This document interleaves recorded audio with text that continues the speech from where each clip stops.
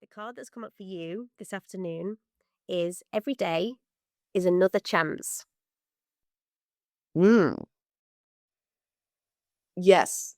Well, every day is, we could choose to go the patterns we've been in for the day before, or every day is another chance to break a pattern, to create a new pattern, to shift something.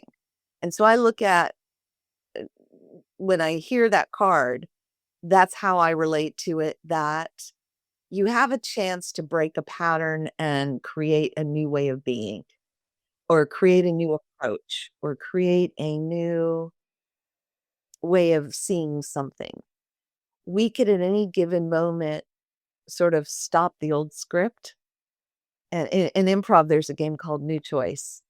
And you'll be acting and somebody will yell out, your character is saying something and someone says new choice. And then immediately you pivot and your character makes a new choice. And then you act more and then a new choice. So every day is kind of a new choice.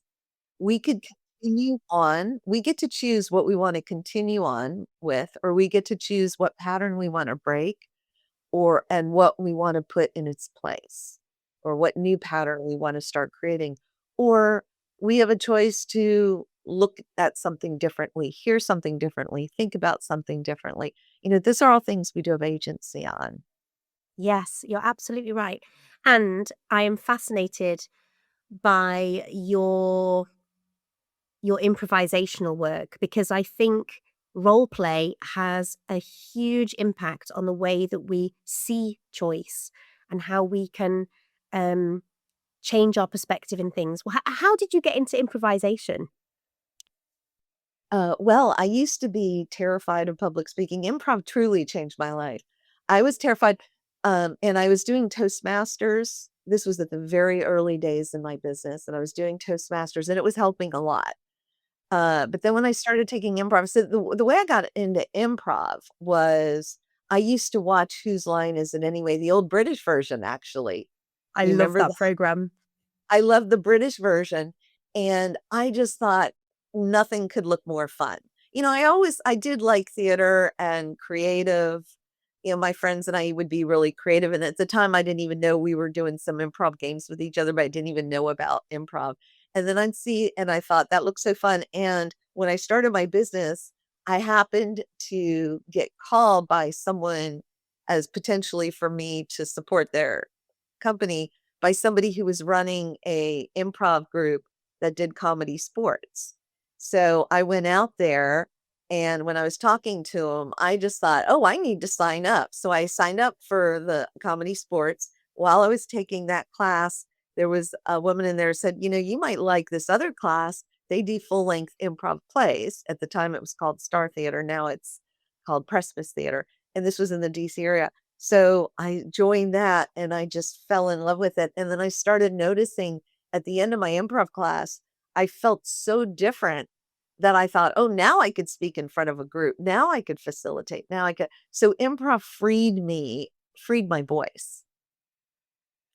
So it really shifted how I do my work. And then I found it so powerful that I started weaving it into my creativity, other creativity work I was doing to organizations, thinking I just discovered I was the only one to discover this, and then found out a few years later that there was a whole applied improv network that had emerged. Other people were tuning into the power of improv too. At the time, there were 75 people there, and now I think there's 11,000 or something like that. And so many people doing it that are not even part of that. So it's really hit the scene. Yeah. That's incredible. And obviously in the moment of improvising, it's the unknown. And so to me, I'm hearing like the more you practice those skills of being in the unknown, of trusting the process, that then spills out into how you deal with uncertainty in your life. Um, because life happens, we many people have experienced things like redundancy and miscarriage and grief and um yeah, just so many different things. And when you tap into your creativity and through that channel of improvisation, it kind of gives you more agency, as you were saying, and empowerment and confidence to approach life in a very different way, doesn't it?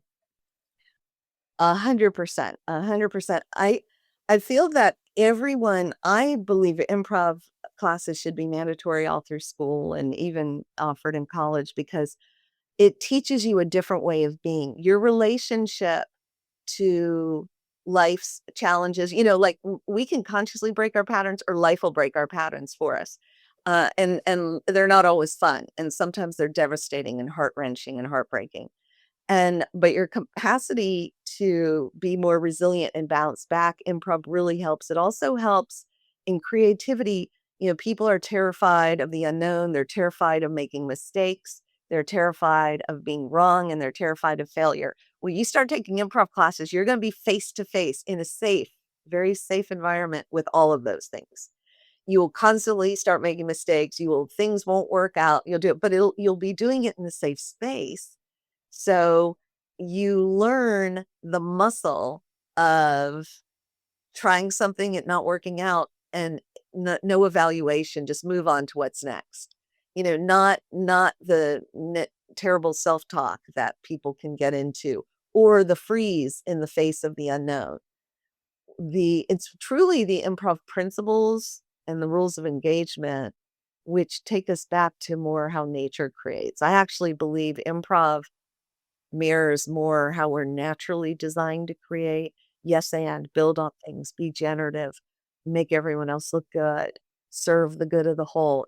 How we're naturally designed to co-create. If you look at kids, they do that. They're always adding on and making things out of nothing. And then we get trained, socialized, traumatized, educated out of our natural improv selves. So for me, improv is actually going back to our organic nature. So we do have nature on our side, but we have to unlearn and relearn.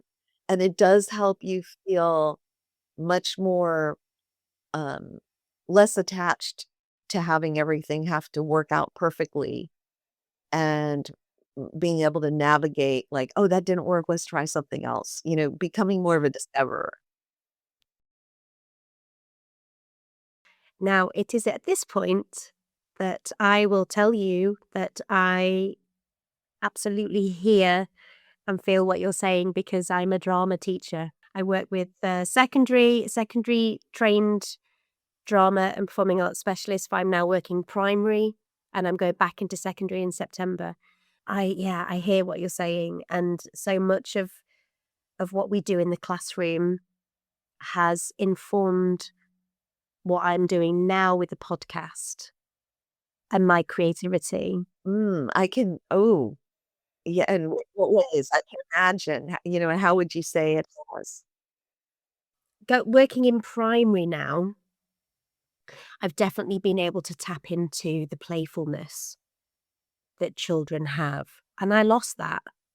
I lost it because of things that had happened in a very short space of time, and I'm so grateful because the I teach 3 and 4-year-olds up to 11-year-olds at the moment, and it's interesting to see how they lose their playfulness even in that short space of time in the primary school. And then when you look at how, as you were saying, they're nurtured out of that playfulness, that instinctive nature as they get into key stage 3, so like 12, 13, 14, and then it all becomes everyone's looking at me. It's not about co-creation, it's about what I'm doing and getting that validation from other people. And then how that then kind of creates the pattern for going into work and how they show up at work and how they show up in their relationships and how they show up in their with their peers. So, um, yeah, I'm I'm so excited to talk more about this on the podcast because you're doing it.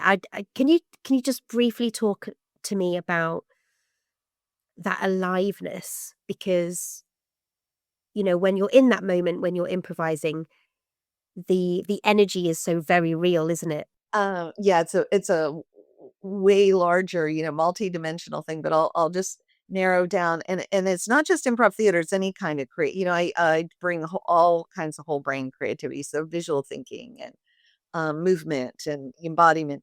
But anything, like, think about that, and the reason kids have so much energy, they have that natural life force energy, and they haven't squelched it yet, and it hasn't been socialized out of them, or it hasn't, as children, it's not uncool to, climb and move and jump and play. And like I love what you mentioned, the playfulness is such a significant part.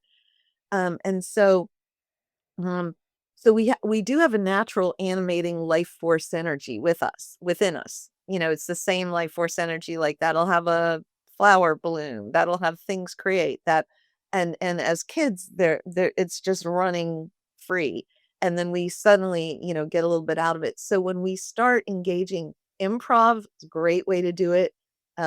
Movement, any kind of improv, improv dance, improv movement, improv theater, as well as just any kind of movement or any kind of creative expression, you start to reconnect with that life force energy, that aliveness, and that energy is life generating more life. It's generative by its nature, so it's very alive. And so when you do a lot and it's joyful, it tends to be very joyful. Sometimes when people are pain in deep pain and they start doing creativity, they may not be in touch with the joy right away, but they'll start moving energy. And, maybe the grief will show up or the anger or the fear, but and that moves through. So that energy allows us to move through rather than keep stuck and stagnant energy. So create improv and creativity allows us to move energy, and when you start moving energy, you feel more alive, you act more alive, and your choices, your consciousness tends to go back to its natural way of thinking, "How do I life generate more life?" You have more life-giving ideas. You have more aliveness-centered ways of seeing the world. So it's a both a heart set change, a shift. That looks at, and so organizations, which a lot of them were based on the machine model, the machine kind of model. Organizations, and you suddenly, from a aliveness perspective, then your question is, how can we create conditions for each person to feel more alive, for this team to feel more alive and co-creative? How do we set systems in place that are more life-giving and generative and aliveness centered versus um, Yeah, more yeah. And mechanistic?